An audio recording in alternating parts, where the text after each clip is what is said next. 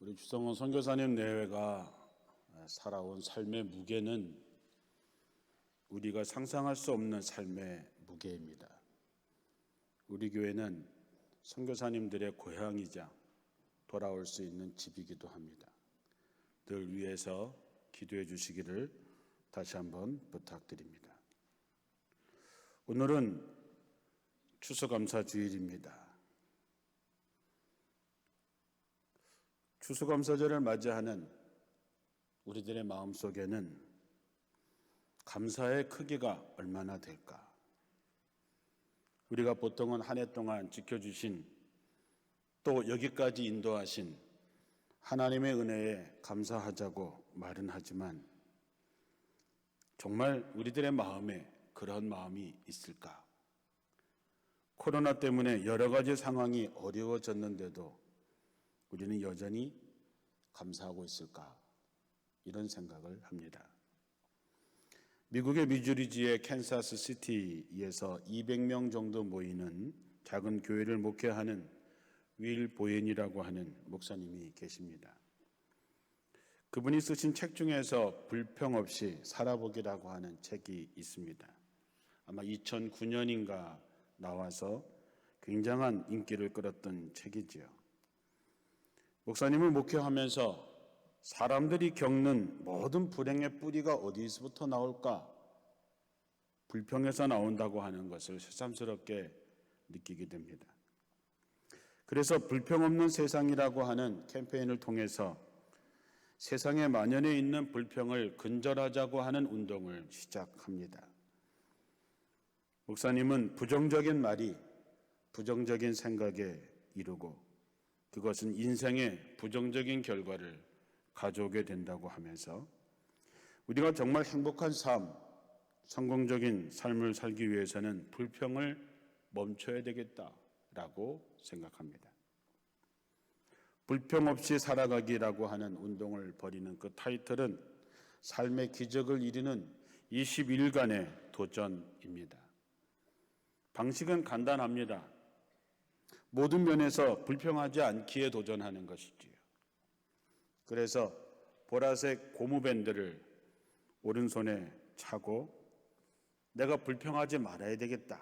생각이라도 하지 말아야 되겠다. 이런 마음을 갖는 것이죠. 그러나 사람이 살다 보면 불평을 하게 됩니다. 나도 모르게 불평하게 되면 오른손에 있던 밴드를 풀러서 왼손에 옮겨 다는 거죠. 왼손에 옮겨 달았다가 내가 또 불평의 말을 하게 되면 그것을 다시 오른손에 옮기는 것입니다. 별것 아닌 것 같아도 내가 그 밴드를 옮길 때마다 내가 또 불평했구나, 내가 또 불평했구나 그런 생각을 하면서 그 횟수를 점점 줄여가는 것이지요. 그래서 불평하는 상황이 생겨도 말을 하지 않고 침묵하거나 또는 긍정적으로 표현하는 방법을 하나씩 배워가는데 이렇게 해서 21일 동안 한 손에 있었던 밴드가 다른 손으로 옮겨가지 않는다면 그 사람은 행복 인증서를 받게 되는 것이고 미국의 수많은 사람들이 실제적으로 이 캠페인을 통해서 삶의 기적적인 변화를 경험하게 됩니다. 여러분도 오늘 한번 해보십시오. 여러분이 가진 팔찌도 좋고 정 없으면 노란 고무줄로 해도 됩니다. 저도 그 책을 읽으면서 책에 붙어있던 밴드를 손목에 차고 한번 해보았습니다. 그리고 불평을 할 때 밴드를 오른손에서 왼손으로 이렇게 옮겨 찼습니다. 그렇게 며칠 살아보고 깜짝 놀랐습니다. 저는 개인적으로 아주 긍정적인 사람이라고 생각하고 불평을 별로 하지 않는 사람이라 교인들에게도 불평 없이 감사함으로 살라고 힘차게 설교했지만 막상 그것을 해보니까 말로는 표현하지 않지만 마음으로는 습관적으로 불평하면서 살고 있던 것을 깨닫고 회개했습니다. 제가 그때 교인들에게 그 말을 했더니 어떤 권사님이 제게 웃으면서 얘기했습니다. 목사님은 아무것도 아닙니다. 왜요? 저는요 하도 옮겨차서 5일 만에 고무 밴드가 끊어졌습니다. 그래서 함께 웃었던 적이 있습니다. 여러분은 어떠실까요?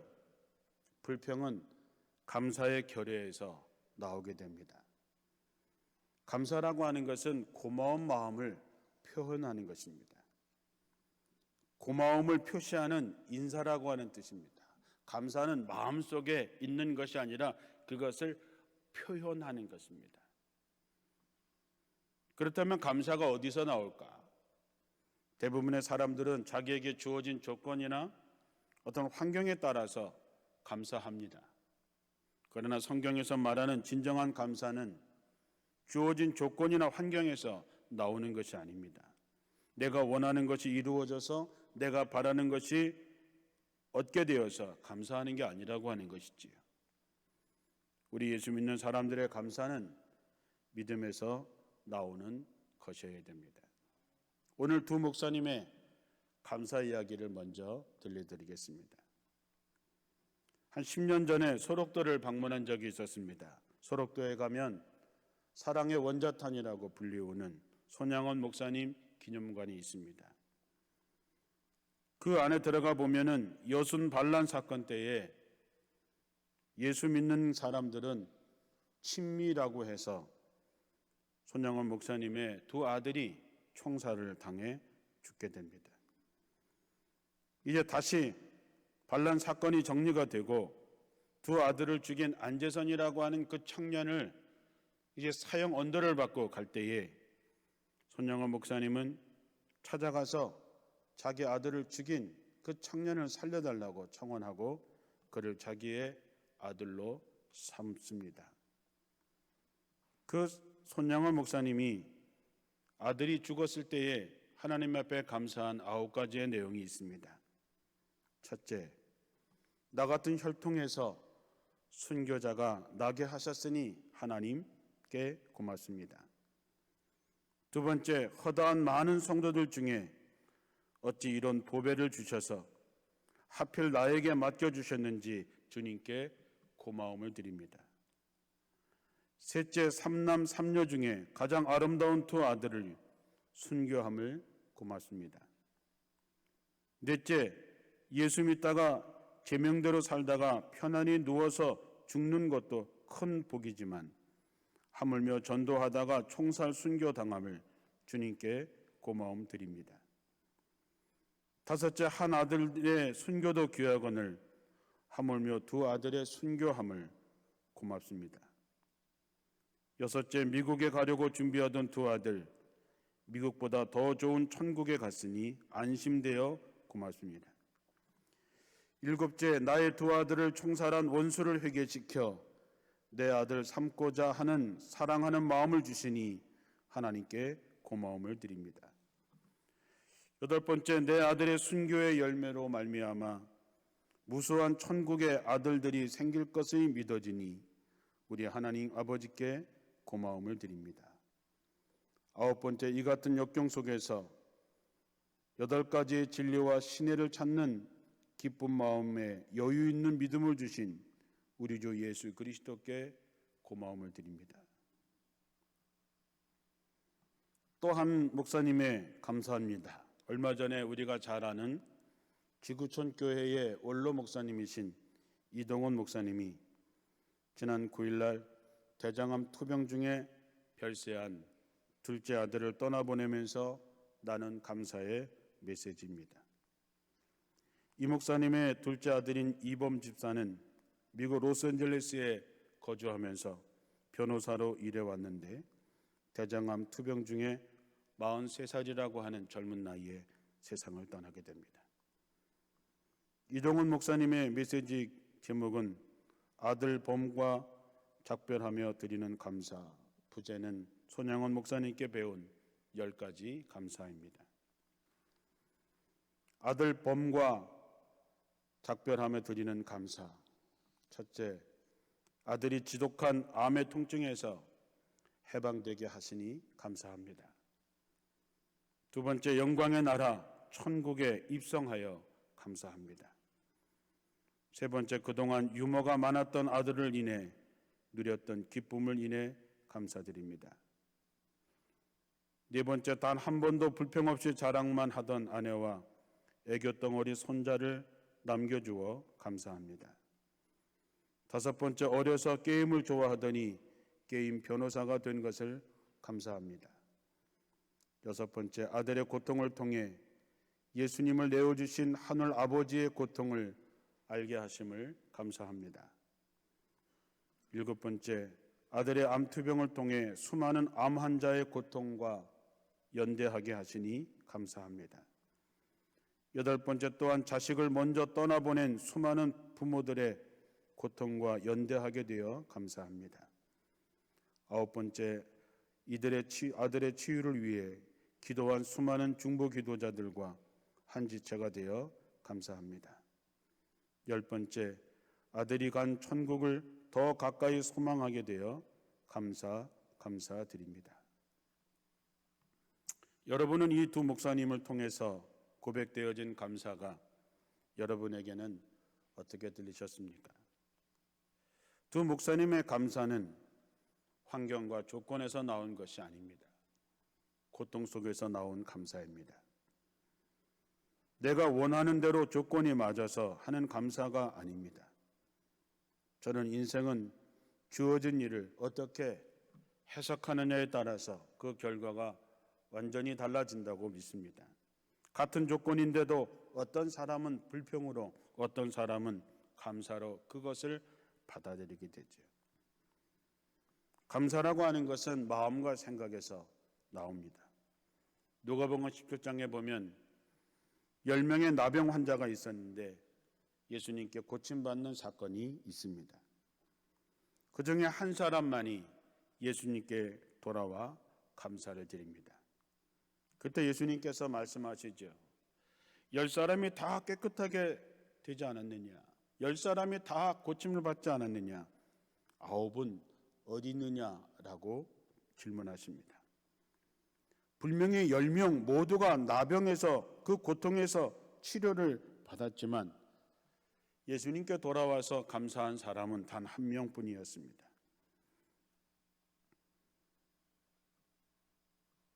나머지 9은 그냥 집으로 돌아갔다고 하는 것이죠. 감사는 상황과 환경의 문제가 아니라 마음과 생각의 문제라고 하는 것이지요. 만약 환경과 상황이 문제였다면 10명 모두 예수님께로 와서 감사했어야 하지만 그렇지 않았습니다. 사람들은 똑같은 경험을 하고도 서로 다른 반응을 보입니다. 감사할 수 있는 마음, 그런 생각이 있어야 감사할 수 있는 것이죠. 불평이 늘 마음과 생각을 사로잡고 있는 사람은 감사를 보는 눈이 없습니다. 감사를 생각하지 않습니다. 그러니 감사할 마음이 없을 수밖에 없습니다. 우리나라 속담에 물에 빠진 사람을 건져 주었더니 보따리 내놓으라 한다라는 속담이 있습니다.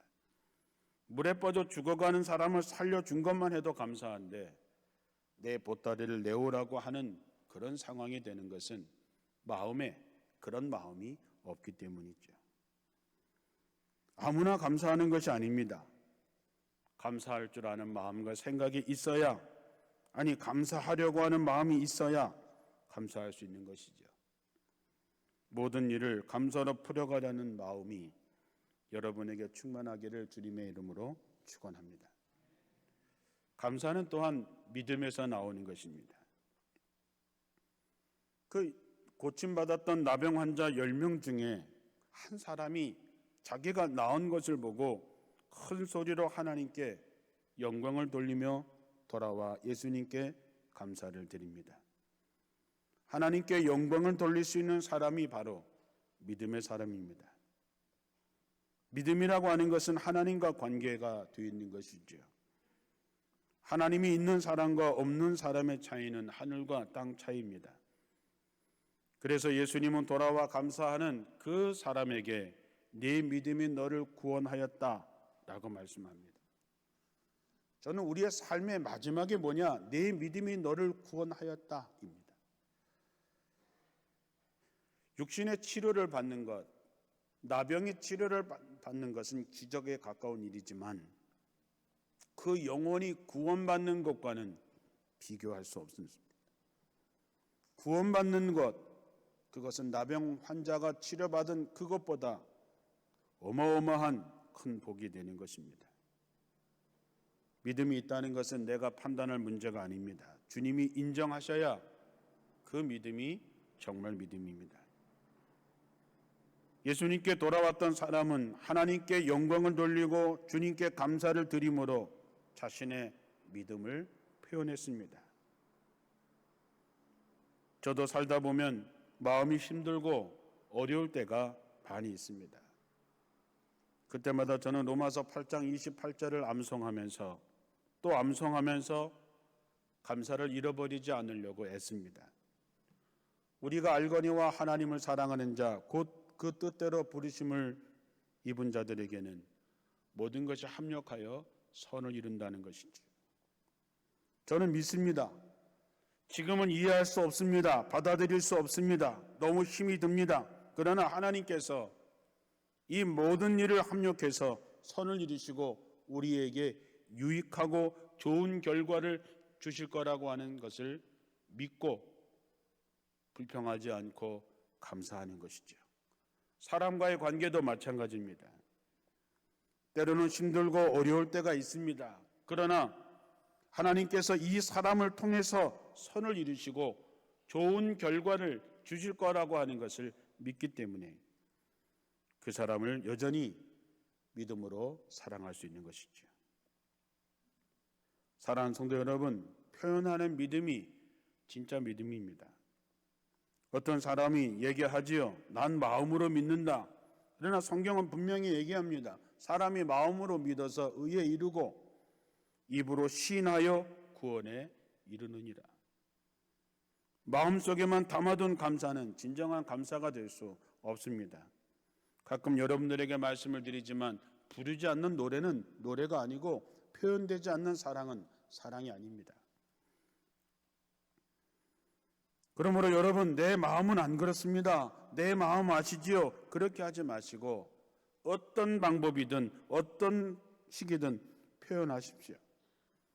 감사를 드렸던 그 사람을 예수님은 내 믿음이 너를 구원하였다 선포합니다. 그저 감사로 끝나는 것이 아니라 그 감사하는 그 믿음을 보시고 구원에 이르는 합력하여 선을 이루시는 하나님의 영광을 드러낼 수 있는 여러분들이 되시기를 주님의 이름으로 축원합니다. 세 번째로 감사는 습관이 되어야 됩니다. 에베소서 5장 20절에 보면 범사에 우리 주 예수 그리스도의 이름으로 항상 아버지 하나님께 감사하라. 범사에 감사하라. 모든 일에 감사하라. 감사해야 하는데 범사에 감사하고 항상 감사하라고 하는 것이죠. 과연 우리가 범사에 감사할 수 있을까? 모든 일에 감사할 수 있을까?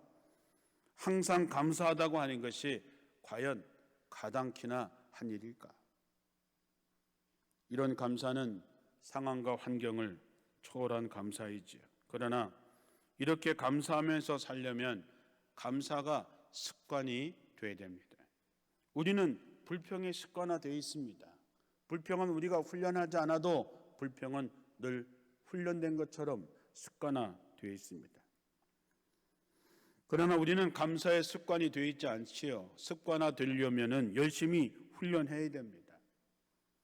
불평 없는 세상 만들기처럼 손목에 밴드 하나 차고 내가 정말로 불평할 때마다 그것을 옮겨 끼면서 내가 불평했구나, 그렇게 하지 말아야지, 그렇게 훈련을 열심히 해서 정말 21일 동안 한쪽에 있었던 밴드가 움직이지 않을 때까지 계속해서 훈련해야 되는 것이죠.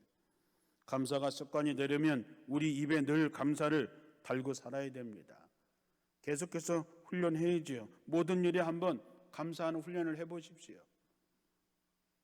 아침에 살아나서 숨쉬고 깨어날 때부터 감사하고, 자기와 함께하고 있는 이들이 있음에 감사하고, 생각하고 감사하고, 새벽기도 나와서도 하나님께 모든 일에 감사하고, 더 나아가서 다니엘의 세 친구들처럼 그리하지 아니하실지라도 자신들을 불가운데서 건져 주실 터지만 설사 그렇게 하지 않으실지라도 나는 우상 앞에 절하지 않겠다라고 말하는 하나님을 향한 흔들림 없는 믿음을 고백할 수 있어야 됩니다. 신앙의 습관화, 감사의 습관화. 안타깝게도 우리는 언제부턴가 우리 속에 감격이 사라졌습니다. 여러분 마음속에 감사와 감격이 사라지면 이상한 현상이 나타나게 됩니다. 무엇을 먹어도 이전에 먹었을 때와 같이 그렇게 맛있는 것이 느껴지지 않습니다. 문제는 먹는 음식만 그런 것이 아닙니다. 사람들을 만나는 일에도 감사와 감격이 사라집니다. 뭘 해도 감사와 감격이 사라집니다. 도대체 왜 내게 감사와 감격이 사라지게 되었을까 고민하게 됩니다. 그때 찾아낸 답이 뭔지 아십니까? 영적인 침체입니다. 내가 영적인 상태가 좋을 때는 하나님이 나와 함께 하심을 확실하게 믿고 나갈 때는 어떤 상황에도 두려워하지 않고 어떤 상황에도 즐거움과 기쁨으로 감사로 살아갈 수 있었는데 영적인 침체가 빠지게 되면 제일 먼저 나타나는 것이 이 감사와 감격이 사라지고 불평과 원망이 자리 잡게 되는 것이죠. 그러므로 내가 불평과 원망을 많이 한다라고 하는 것은 상황이 그렇기 때문에 그런 것이 아니라 내가 영적으로 침체되어 있기 때문에 그렇게 된 것이지요. 감사절만 되면 우리는 범사에 감사해야 된다는 말씀을 듣게 됩니다. 감사는 세 가지 종류가 있습니다. 억지로 하는 감사, 평범한 감사, 그리고 신앙적인 감사죠. 억지 감사는 뭡니까? 말 안 해도 아시겠죠. 그냥 때가 되니까 별로 마음이 내키지 않아도 감사하라고 하니까 하는 것이죠.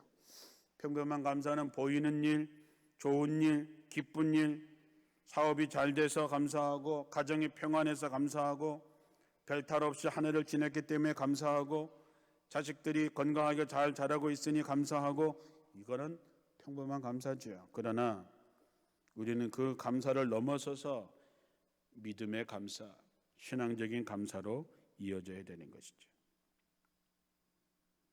코로나로 어려운 올해 상황을 본다면 우리에게 감사할 거리가 그렇게 많지는 않을 것입니다. 평범한 감사는 고사하고 억지로 감사하려고 해도 쉽게 떠오르지 않을 수 있습니다. 그러나 우리는 예수님을 믿는 사람들입니다.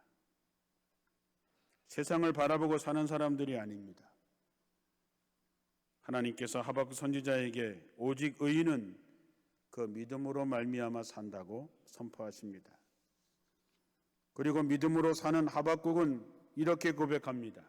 비록 무화과 나무가 무성치 못하며 포도나무에 열매가 없으며 감람나무에 소출이 없으며 밭에 식물이 없으며 우리의 양이 없으며 외양간에 소가 없을지라도 나는 여호와를 인하여 즐거워하며 나의 구원의 하나님을 인해 기뻐하리로다. 하박국 선지자가 지금 처해 있는 환경은 남아있는 것이 아무것도 없었습니다. 경제적으로 가장 밑바닥에 처해 있었습니다. 주위를 돌아보아도 그 어느 것 하나 희망적인 것이 없었습니다. 나라는 멸망의 위기 앞에 놓여 있습니다. 정말로 절망적인 상황, 사면초가의 상황입니다. 그런 그에게 하나님께서 말씀하십니다. 의인은 그 믿음으로 말미암아 살리라. 하나님의 음성을 듣고 그는 믿음으로 자신의 상황을 돌아봤을 때 결코 절망적이지 않다고 하는 것을 깨닫습니다. 왜냐하면 하나님이 나와 함께 하시고 계시다고 하는 것을 믿기 때문이죠. 천하보다 크신 하나님이 나와 함께 하신다고 하는 것을 볼 수 있을 때에 그는 천지를 지으신 하나님께서 자신의 모든 것이 되심을 믿게 됐을 때에 그는 어떤 상황에서도 나는 여호와를 인하여 즐거워하며 나의 구원의 하나님을 인해 기뻐하리로다 고백했던 것이죠. 사랑하는 성도 여러분, 우리에게 이런 믿음의 고백이 있기를 주님의 이름으로 축원합니다. 우리 인생을 가만히 돌이켜 보니까 모든 것이 감사할 일뿐이지요. 모든 일이 감사할 기회입니다. 가끔씩 선교사님을 접대해야 되거나 어려운 교회가 급하게 지원해 왔을 때 제가 개인적으로 부탁할 때가 있습니다. 그때 제가 제일 감동받는 이야기는 뭐냐 하면 부담드려서 죄송해요 이렇게 이야기하면 그분이 그렇게 얘기합니다. 아닙니다 목사님, 기회를 주셔서 감사합니다. 그렇게 얘기하죠. 저는 정말 우리 인생에서 살아가는 모든 기회가 감사할 기회고 그것이 내게 부담스럽기도 하고 어렵기도 하지만 그러나 하나님께서 기회 주심에 감사합니다 라는 고백 속에 살아갈 때에 우리의 인생은 하나님의 영광을 돌리는 인생이 될 것입니다. 기회를 불평으로 삼아서 인생을 낭비하지 마시고 모든 기회를 감사함으로 하나님께 영광 돌리는 우리 모두가 되기를 주님의 이름으로 축원합니다. 기도하겠습니다.